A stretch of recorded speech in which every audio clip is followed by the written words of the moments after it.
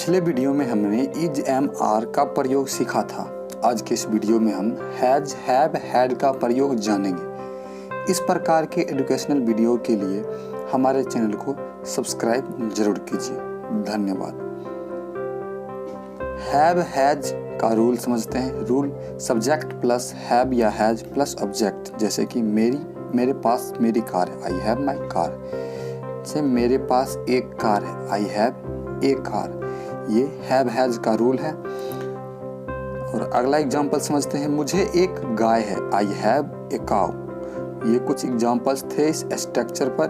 अब आगे बढ़ते हैं। अब यूज ऑफ हैज, हैव या हैड, ये तीनों के बारे में जानते हैं। इन तीनों का प्रयोग मुख्य क्रिया के रूप में पोजीशन मतलब रखने का अधिकार, ऑनरशिप मालिकाना हक तथा रिलेशनशिप संबंध व्यक्त करने के लिए होता है। ये हैज, हैव और हैड का प्रयोग जो है रखने का अधिकार, मालिकाना हक और संबंध व्यक्त करने के लिए प्रयोग होता है। को हम आगे एग्जाम्पल से समझेंगे और उसको समझने में आसानी से हम समझ जाएंगे, क्योंकि बहुत ही आसान है। हैव, हैज और हैड का प्रयोग आगे कुछ एग्जाम्पल्स में हम समझेंगे कि रखने का अधिकार, ऑनरशिप और संबंध किस प्रकार से होता है और हैव, हैज और हैड का प्रयोग किस प्रकार से होता है। जैसे कि अफर्मेटिव सेंटेंस में दूध वाले के पास 5 गायें हैं। देखिए, दूध वाले के पास 5 गायें हैं। तो मिल्क मैन हैज 5 काउज। उसे बुखार है, सी हैज फीवर। राजीव के पास एक घड़ी है, राजीव हैज ए वॉच। बच्चे के पास एक गुड़िया है, the baby has a doll. उसके पास प्रतिभा है, ही हैज टैलेंट। मेरे पास 2 बैग हैं, आई हैव 2 बैग्स। तुम्हारे पास एक लालटेन है, यू हैव ए लालटेन। अब यहाँ पर जो है हैव और हैज का प्रयोग किया गया है, तो कौन से सेंटेंस में हैव का और हैज का किस प्रकार से किया गया है उसको हम अंतिम में जानेंगे। अगला एग्जाम्पल देखते हैं। जैसे कि हमारे पास अनुभव है, वी हैव एक्सपीरियंस। उनके पास धन है, दे हैव मनी। चाचा जी की 2 दुकानें हैं, the uncle has 2 shops. Brijesh के पास शब्दकोश था, ब्रिजेश हैड ए डिक्शनरी। उसके बाल घुंघराले थे, सी हैड curly hair। उसकी यादाश्त तेज थी, ही हैड शार्प मेमोरी। यहाँ पर देखिए, जब सेंटेंस में था रहेगा अर्थात भूतकाल की बात हो, तब उसमें हैड का प्रयोग होता है। महाराणा प्रताप के पास चेतक था, महाराणा प्रताप हैड चेतक। मेरे पास एक लैपटॉप था, आई हैड ए लैपटॉप। हमारे पास एक टॉर्च थी, वी हैड ए टॉर्च। उनके पास बंदूकें थी, दे हैड गन्स। तुम्हारे पास एक जोड़ी जूते थे, you had a pair of shoes.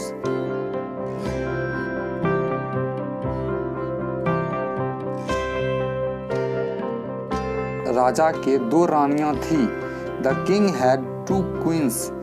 तो यहाँ पर देखिए हैड का प्रयोग किया गया है। सेंटेंस जो है भूतकाल में है, था और थी लगा हुआ है। जब है लगा रहे तब हैज या हैव का प्रयोग होता है। जैसे कि अगला एग्जांपल देखते हैं। मेरे पास दिमाग है, आई हैव ब्रेन। अमेरिका के पास शक्ति है, अमेरिका हैज पावर। हमारे पास जनसंख्या है, वी हैव पॉपुलेशन। सलमान के पास फिल्में हैं, सलमान हैज मूवीज। चोरों के पास रस्सी है, द थीव्स हैव रोप। मेरे पास 32 दांत है या मेरे 32 दांत हैं, आई हैव 32 टीथ। इंद्र के पास हाथी है, इंद्र हैज एन एलिफेंट। तो यहाँ पर देखिए हैज और हैव का प्रयोग किया गया है। आई, वी, यू, दे और द बॉयज, जिसमें द लगा हो उसके साथ हैव का प्रयोग होता है। बाकी सभी थर्ड पर्सन सिंगुलर नंबर के साथ हैज का प्रयोग होता है। जैसे कि ठेकेदार के पास ईंटें हैं, कॉन्ट्रैक्टर हैज ब्रिक्स। भारत के पास धन था, इंडिया हैड मनी। पवन देव के पास गति थी, लॉर्ड पवन हैड स्पीड। भिखारी के पास सिक्के थे, the beggar had coins. Ravan के 10 सिर थे या रावण के पास 10 सिर थे, रावण हैड 10 हेड्स। बच्चों के पास कंचे थे, चिल्ड्रेन हैड मार्बल्स। अकबर के पास लाल किला था, Akbar had the red fort. तो यहाँ पर आप हैज और हैव हैड का अफर्मेटिव सेंटेंस समझे।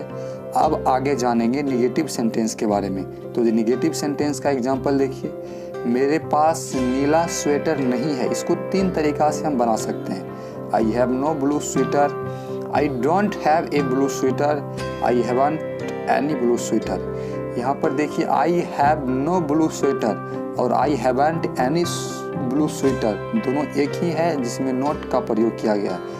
रघु के पास मकान नहीं है, Raghu has no house. Raghu doesn't have a house, Raghu hasn't any house. यहाँ पर तीनों सेंटेंस इंग्लिश में जो है तीनों का मीनिंग एक ही है, रघु के पास मकान नहीं है, लेकिन एक ही सेंटेंस का 3 अलग अलग तरीका से अनुवाद बनाया गया। अगला एग्जाम्पल देखते हैं, हमारे पास टीवी नहीं था। तो था सेंटेंस में है तो इसमें हैड का प्रयोग होगा। We had no TV, we didn't have a TV, we hadn't any TV. तो इसमें देखिए इस सेंटेंस को भी 3 तरीका से बनाया गया है। अगर समझने में कोई परेशानी हो तो कमेंट बॉक्स में ज़रूर लिखिएगा, हम उसका सॉल्यूशन ज़रूर करेंगे। जैसे उनके पास हथियार नहीं थे, दे हैड नो वेपन्स। दूसरा तरीका, they didn't have weapons, they hadn't any weapons. तो ये देखिए उसके पास हथियार नहीं थे, इनको भी 3 तरीका से बनाया गया। अब जानेंगे इंट्रोगेटिव सेंटेंसेस के बारे में। इसको भी देखिए 2 तरीका से बनाया गया है। क्या तुम्हारे पास पेन ड्राइव है, have you a pen drive, या do you have a pen drive. इसको डू या डज से बनाया गया है, या हैव या हैज से बनाया गया है। क्या उनके बच्चे हैं, हैव दे किड्स, या डू दे हैव किड्स। क्या अकबर का राज्य बड़ा था, had Akbar a big kingdom, और did Akbar have a big kingdom. या क्या उसके पास साइकिल है, हैज सी ए साइकिल, या does she have a cycle. Video में अंत तक बने रहे क्योंकि अंत में कुछ इंपॉर्टेंट पॉइंट है जो बहुत ही इंपॉर्टेंट है, जिसको पढ़ने के बाद आप ट्रांसलेशन बना ही लेंगे। क्या हमारे पास खाना है, have we enough food, do we have enough food. अब कुछ ये पॉइंट जो आपको बोले थे अंतिम में है वही यहाँ पर जानते हैं। इसको जान गए तो अनुवाद बनाना बिल्कुल ही इजी हो जाएगा। जैसे कि हैज या हैव का प्रयोग वर्तमान काल अर्थात प्रेजेंट टेंस में पोजीशन, ऑनरशिप तथा रिलेशनशिप दिखाने के लिए होता है, परंतु हैड का प्रयोग भूतकाल अर्थात पास्ट टेंस में पोजीशन, ऑनरशिप तथा रिलेशनशिप दिखाने के लिए होता है। ये वर्तमान काल कहने का मतलब जो समय अभी चल रहा है। जैसे मेरे पास गाय है तो आई हैव अ काउ, और मेरे पास गाय था आई हैड अ काउ। तो जो चला गया भूतकाल ये आप लोग को टेंस में क्लियर होगा।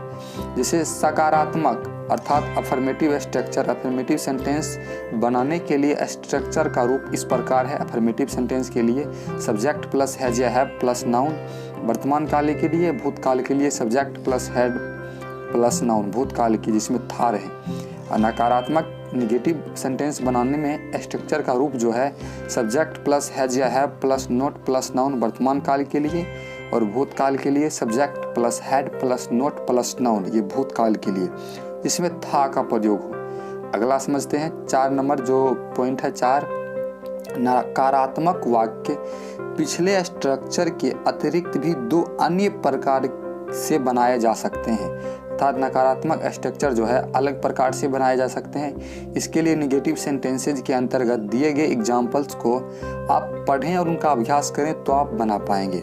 और 5 नंबर का जो पॉइंट है हैज का प्रयोग ही, सी तथा सिंगुलर सब्जेक्ट के साथ किया जाता है। हैव का प्रयोग आई, यू, वी, दे तथा प्लूरल सब्जेक्ट के साथ किया जाता है। आपको शुरू में भी बताए थे, नाम रहे या थर्ड पर्सन का सिंगुलर नंबर जैसे ही, सी, इट, नेम उसके साथ इसका प्रयोग किया जाता है। हैड का प्रयोग भूतकाल में सभी सब्जेक्ट के साथ समान रूप से किया जाता है। हैड का प्रयोग जो है भूतकाल में जैसे मेरे पास गाय था, मेरे पास किताब था, इन सेंटेंस में सब्जेक्ट के साथ समान रूप से किया जाता है। और हैजंट हैज नोट का और हैवंट हैव नोट का तथा हैडंट हैड नोट का संक्षिप्त एवं बहुप्रचलित रूप है, अर्थात इसी प्रकार से अनुवाद हम बनाते हैं हैजंट, हैवंट, हैडंट करके। आज के इस वीडियो में हमने हैज, हैव, हैड का प्रयोग सीखा। हमें उम्मीद है कि ये वीडियो आपको काफ़ी पसंद आया होगा। अगर ये वीडियो आपको वाकई अच्छा लगा तो वीडियो को लाइक करें और मेरे चैनल को सब्सक्राइब करें। धन्यवाद। इस चैनल को सब्सक्राइब कर लीजिए क्योंकि इसी प्रकार के एजुकेशनल वीडियोस आपको मिलते रहेंगे जो बहुत ही लाभदायक है। और पिछले वीडियो में ईजेएमआर का प्रयोग बताए थे, आप नहीं देखें तो नीचे लिंक पर क्लिक करें।